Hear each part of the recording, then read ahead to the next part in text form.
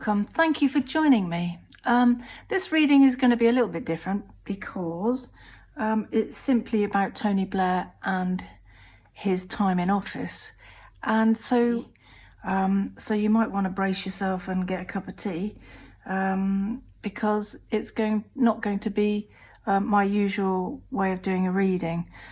Sir Tony Blair, now some can't stand him. They might describe him as defensive in discussion, a presidential prime minister, and what many of us can't forgive is that Prime Minister Blair made use of a false report to justify taking us into war and then sent our children to fight and some to die there.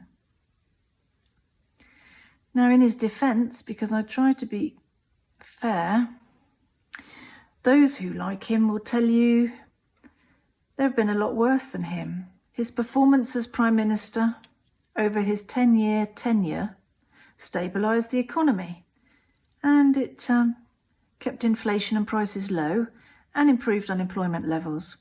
Labour celebrated multiculturalism, and people saw Blair as a visionary, and many still do. I took both sides because I don't want to be seen as biased. However, you will find that in my reading today will follow fact that came to light. And so those of you that support Tony Blair may find my reading uncomfortable. So we start with the war. Our British forces took part in two major US-led conflicts, both Afghanistan, based around 9/11, and Iraq, to depose Saddam Hussein's regime. It came to light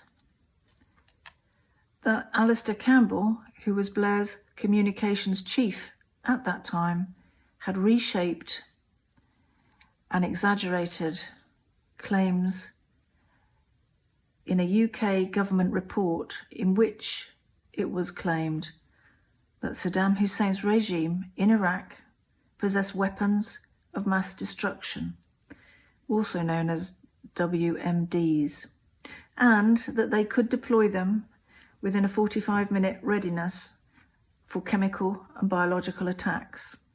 This claim eventually proves false. Any caution had been manipulated. The satellite imagery contradicted the report, and no weapons of mass destruction were found.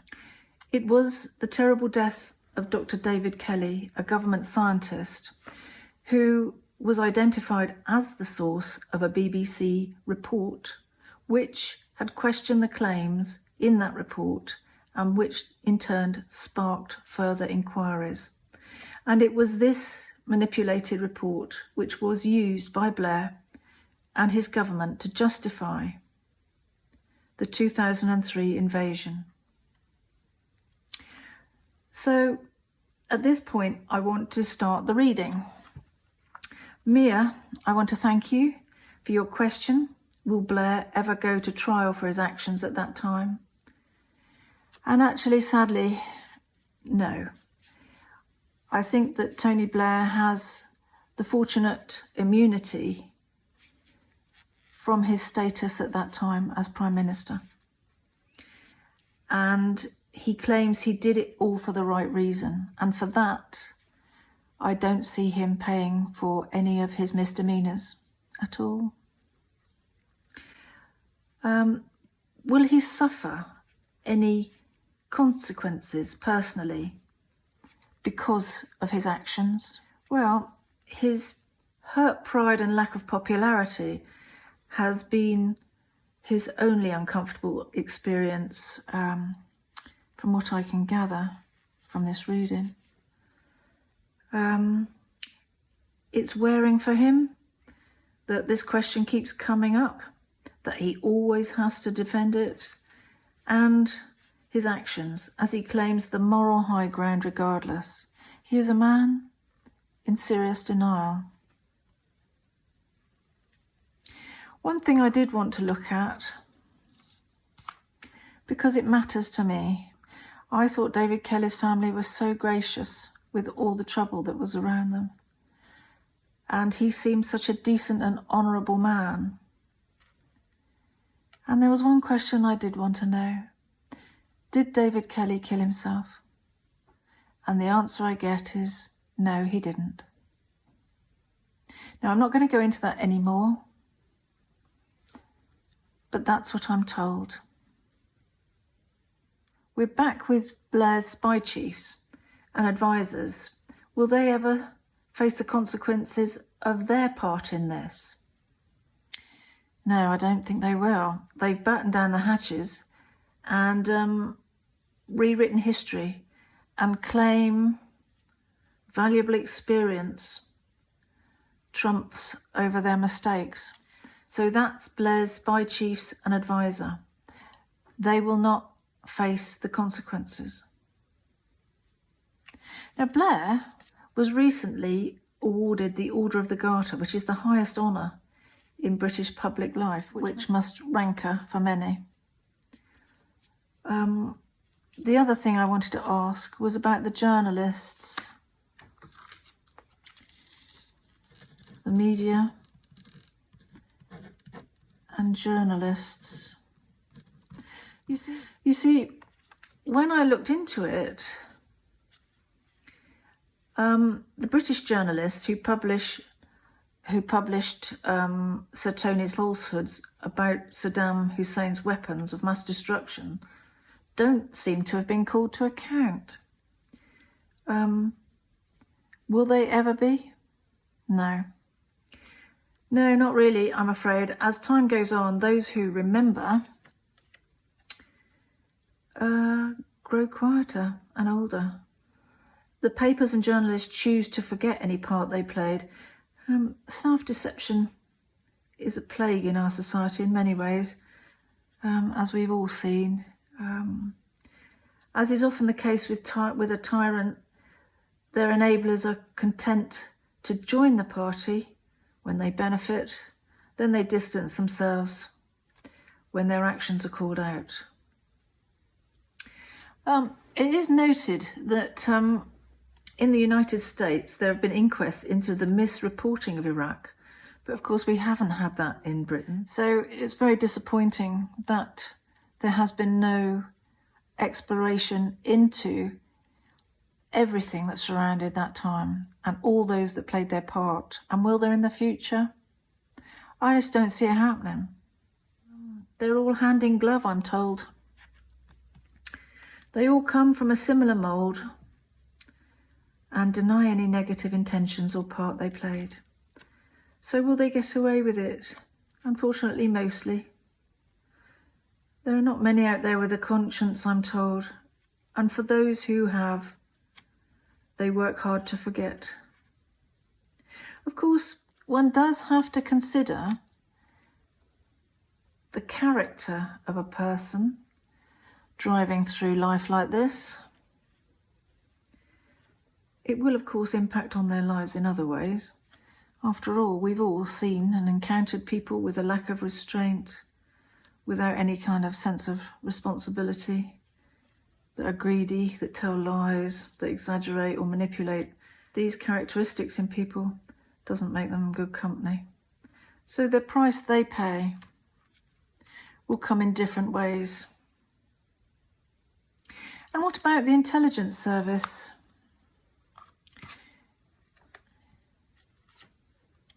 Did it play a part in disseminating false information too? Did it? Yes. A good-sized negative, yes. Again, they claim to be entitled to break the rules, supporting the government. History and CVs can always be erased or rewritten. So, does Tony Blair continue to have a significant role in the Labour Party today? Can you tell me, please? Yes, but he is marginalised, I have to say, by some of the younger Labour Party members who feel he carries too much negative baggage to be of any use.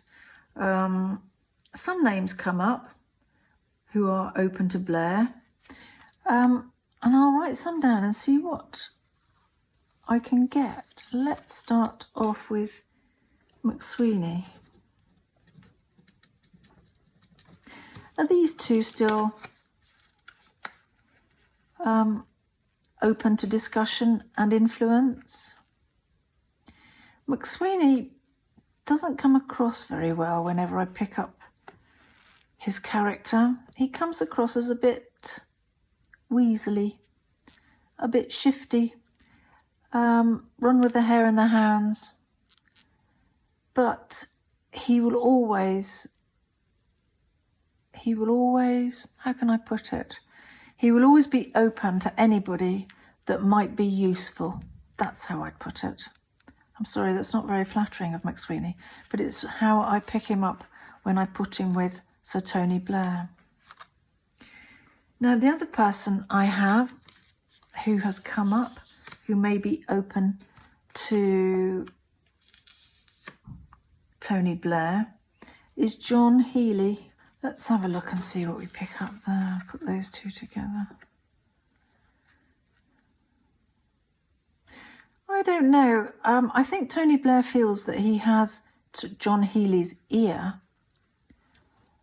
but I don't think John Healy knows that he's being used or tapped for information. That's what I would say. So let's go to David Lammy. David Lammy also comes up as a man who Tony Blair really feels he's got some, what's the best way to describe it? Tony Blair really feels that he has the ear of David Lammy and is able to offer some kind of influence over David Lammy, I would say. And he does it, but Tony Blair is quite clever the way he does it. He does it in a very kind of subtle way. So he'll plant a seed and go away, and then he'll perhaps plant another one or get somebody else to add their 2 penneth. And then before you know it, David Lammy is carrying the baton for Tony Blair's idea without even knowing about it. That's what I would say. Wes Streeting. Apparently Wes Streeting has some time for Tony Blair. Let's have a look, shall we? Yeah, he's not opposed to listening to Tony Blair. To be fair, Wes Streeting is open to anybody's ideas as long as he feels that it would make things better. So Wes Streeting, his doors would always be open to Tony Blair, and Tony Blair would feel that he had, he could perhaps manipulate Wes in some way, in that he has the authority or the status over Wes. So what about Liz Kendall and Tony Blair? I don't get much going on. I think if she saw him in passing, and she would be open to ideas, but I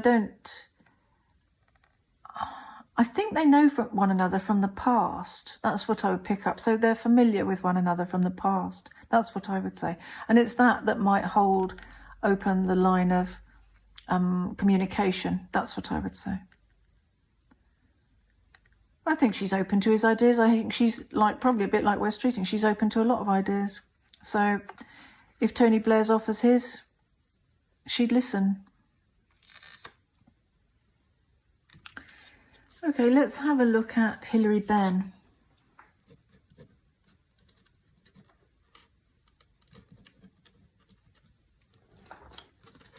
How do these two work together?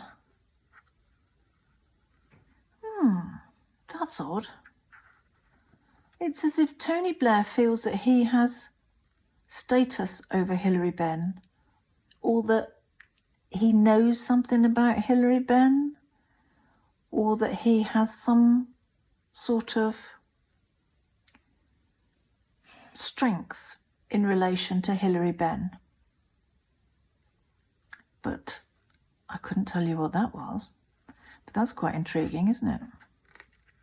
So is Hilary Benn open to Tony Blair? Actually, I don't think Hilary Benn is particularly open to Tony Blair. So it's obviously something's kicked off between these two. And I think Hilary Benn would rather keep the door closed in a nice way to Tony Blair. Right, let's have a look. Who else is here? We've got Jonathan Reynolds. So how about these two when they're together?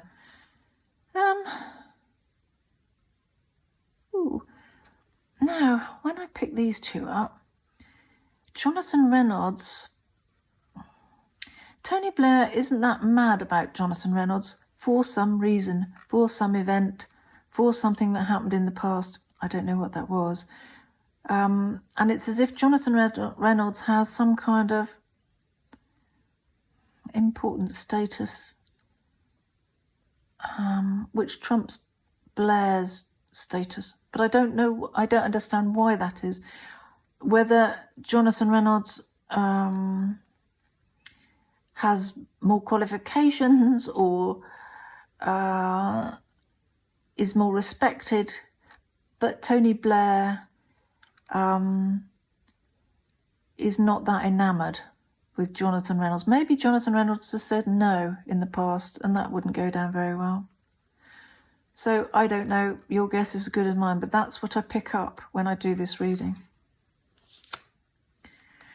Right, who else have we got? We've got, let's try one more. We'll try Baroness Smith. Ooh, that's interesting. So Tony Blair thinks he's got something on Baroness Smith in some way. So I'm not quite sure. Please don't get this wrong. I don't think it's anything major. I think it's just that maybe he feels that he has greater status over Baroness Smith or holds some kind of knowledge over Baroness Smith. But I don't get that she is particularly open to Tony Blair or that she's particularly interested in what he offers. I think probably Baroness Smith sees Tony Blair as the past and history, actually. But he knows something. Don't know what that is. Oh well, there we are. So one of the questions that sometimes I'm asked is, will he return in any major role to UK politics? And I just don't get that. I think there's way too much water gone under the bridge. I think he's sunk his options and blown up his bridges. And I think he'll probably continue to work on the international political circuit until his health fails. And I see that as being really his future. And I think a lot of things that he has wanted and that have been within grasp, actually, he has lost. So he's a man who likes power and likes to be up front. It charges him and he feels that he has vision that other people don't. And also he feels he has a sense of entitlement, which he can't understand. Other people can't see his vision, actually. So no, I don't see him coming back to the UK. But that doesn't mean that he won't try when he can to influence government decisions and choices and things that are discussed in the Labour Party.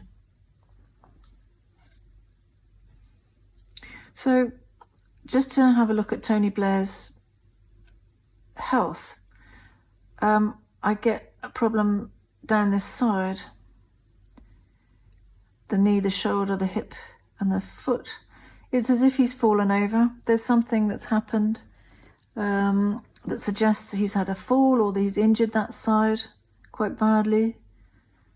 It could have been skiing, it could have been something else. But it feels like it was an accident down that side. Now the throat is different. The throat is not connected to that. The throat is to do with something else. I get cataracts, definitely this side. Over definitely that side. And I get a problem with a bowel, some sort of wiggly bit down here, to do with digestion. There's something, maybe it's sluggish, maybe it's, I wonder if it's sluggish actually.